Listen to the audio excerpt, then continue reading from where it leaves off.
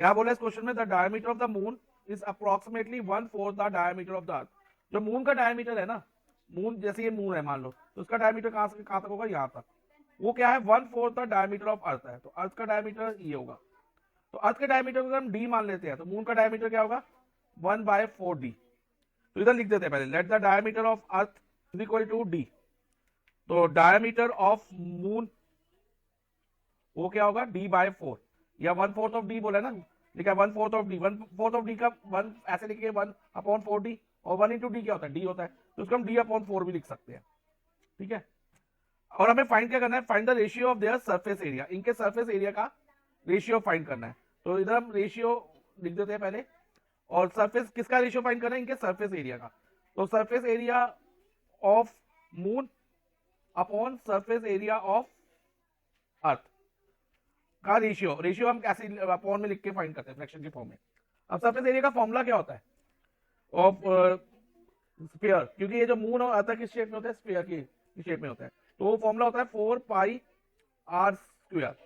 तो रेडियस को of moon को हम r1 ले लेते हैं, और इसका 4πr²। अर्थ का नीचे है ना सरफेस एरिया, फॉर्मूला तो सेम रहेगा, लेकिन दोनों का रेडियस अलग रहेगा क्योंकि उनका डायमीटर भी अलग है। अब 4 और 4 कट जाएगा, पाई और पाई कट जाएगा, रह गया हमारा r1² अपॉन r2²।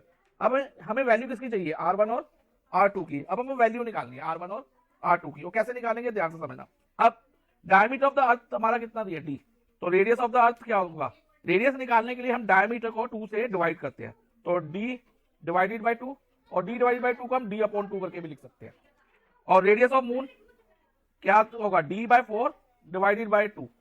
अब इधर डिवाइड बाई 2 है, तो इधर हम 2 के नीचे कुछ नहीं है तो 1 लगा लेंगे, तो ये हो जाएगा d/4।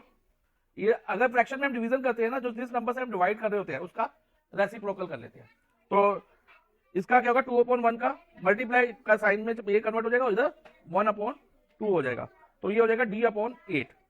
ये हो गया रेडियस ऑफ अर्थ d/2, और ये हो गया ऑफ मून d/8। अब हम वैल्यू डालेंगे, r1 क्या था, रेडियस ऑफ मून, और रेडियस ऑफ मून क्या है, d/8, तो हम लिखेंगे d/8 का होल स्क्वायर, और अपॉन r2 यानी कि रेडियस ऑफ अर्थ, तो इधर भी r2² है, तो d/2 का होल स्क्वायर। इतना क्लियर है। तो d का स्क्वायर तो d² होगा, और 8 का स्क्वायर 64, और ऐसे ही डिनोमिनेटर में d² होगा और 2 का स्क्वायर 4। अब इसको आगे सॉल्व करने के लिए ध्यान से समझना क्या करेंगे, जैसे d²/64 है हमारे पास, क्या है d²/64 को एज इट इज लिख देंगे, मल्टीप्लाई जो नीचे वाली फ्रैक्शन है उसका रेसिप्रोकल हो जाएगा, यानी कि ये क्या हो जाएगा 4/d², d² कट जाएगा।